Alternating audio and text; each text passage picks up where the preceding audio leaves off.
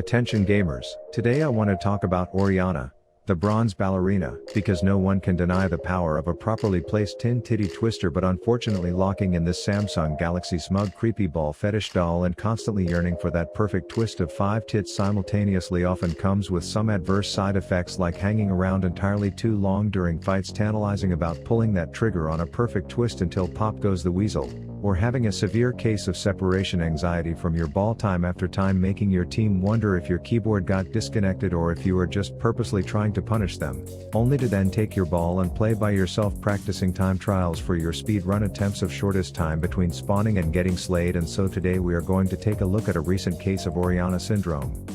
Now, full disclosure, my own KDA, this game wasn't exactly one you take home to meet the parents, but that was due to a few reasons. First, I was on a 3-game losing streak, and when Riot smells tilted blood they like to kick you and you are down by auto-filling you support and forcing you to cuff the non-drooping nuts of a first-time Ashe. Second, the enemy LeBlanc was the main beneficiary of my team having the case of Orianna Syndrome, so my interactions with her went like this. And third, I just suck ass at this game. But lucky you get to see how it all played out in the following sad but hopefully eye-opening look into this severe syndrome. So now, for those of you who are strangely excited to see how another one of my games was ruined by a syndrome as a coping mechanism to mentally prepare for what you'll be dealing with yourself, then please kindly abuse the living crap out of that like button and let's get into the game. Now, like I said, I was stuck on ball cuff autofill support duty for this stank-ridden Ashe hole, but luckily she wasn't the only blind one on our team, as you see the Karate Kid with cataracts on his way down to say hey to the unicorn before coming back to deal with KDA wingding as I run around screaming bloody murder while the sky beams up a hopping hobo. So we quickly clean up our toys, and then, because my biggest fault is that I care too much, I run over to give Lee a warm body to dash to, thinking we will both get shielded and survive, but it doesn't quite work out that way. Then I am just casually ruining a perfect freeze for my ADC because I have the game sense of a defective lamp when I am informed that the bronze butt-munching ballerina will be gracing me with her presence until she comes in seemingly holding her ball for next game, until Raka's silence says shoulda coulda woulda bitch, but she eventually gets her desired 2 tits twisted, which puts the unicorn in the danger zone for one more ball tap to put her under, and you just witness the first and last good play this Polly Pocket makes all game. And the official feed fest commences when she is more helpless and out of place than a monkey on the moon, and sure enough, drunk jolly ol' Saint Fatass comes in to say he checked twice and she indeed was on the dead bitch list.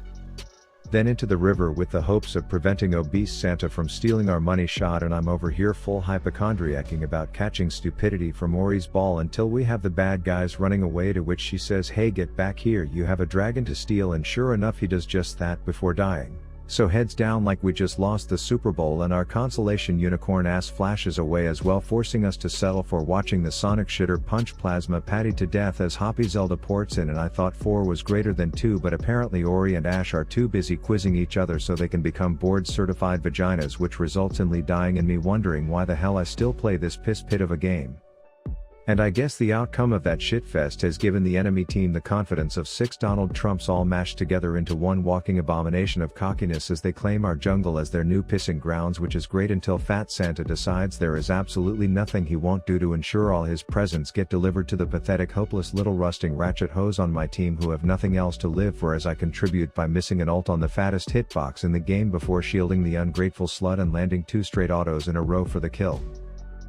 But there's no keeping this bitch out of base though, as she is determined to get there one way or another, when bam, gotta say, totally outplayed David Blaine's side chick there at the sole cost of a 5-minute cooldown, to which she decides to stack her stupid decisions on top of each other by sticking around for hopscotching Helen to come in sword so erect you would think it's ODing on Viagra as she runs to the river. And I don't know if it's that metal tutu or what, but she is just magnetic to being a moron as she turns back to say polo as if Riven said Marco, and I can't say I condone playing dumb children's games when you are one shot and running for your life. But she wouldn't be a true hate-inducing league teammate if she didn't serve a combo meal of her own ineptitude with the toxic criticism backseat driving everyone else's gameplay when she herself clearly has never passed a driving test. Then back at mid to slaughter a few innocent hooded midget employees before kind of just pacing around lubing her own butthole up at the thought of twisting that magic muff's tits, but oh no, fat Kris Kringle and his cankles are in the area to body slam wrap up a PS5 and then slam dunk it on the bitch for another kill as I enter to tie up the chode body before doing an abysmal amount of damage to his drunken cookie reeking ass. So I stick back and act like a support while LB comes in to perform some magician mitosis before fleeing away, allowing me to approach Fatty Wampus and deliver a dramatic little sprinkle shitter for the kill. Oh, and I forgot to mention that our top laner was an AD cat with an edging fetish for getting enemies one shot and then just letting them get away for free. But we have already covered Orianna Syndrome in another video, so let's not take away from this ball gagging ballerina whose gullible ass must have been told that you can get parts of the rift named after you, and I guess she just really wanted for this area to be known as the feeding forest. Meanwhile, I am casually all alone in Redside's feeding forest with no real objective other than to announce my presence, then run away screaming like a child who thinks doing stupid shit is exciting, only to burn both my sums so I can release the cramping clench I was rocking on my ass cheeks before narcissistically convincing myself that my actions were calculated like your typical league player.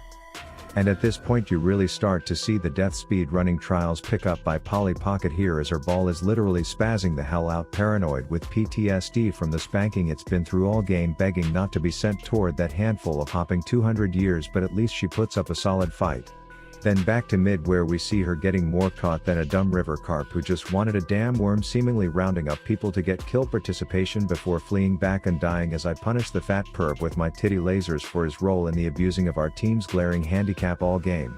And here you see a prime example of this syndrome as she nervously paces back and forth like she's been holding in a Chipotle aftermath caliber shit for days on the edge of bursting, all because she has this false fantasy of them all grouping up in a tiny circle so she can jerk her alt key off and then post it to Reddit, but instead she just dead bitches herself once again. This forces the rest of us to put on our negate ineptitude jumpsuits and try to salvage this unbearable shitfest as I tether two of them together, and obese Santa has no issues body blocking our engage, but it all works out when Lee goes in and I shine a bright laser his way without having to worry about it hurting his eyes.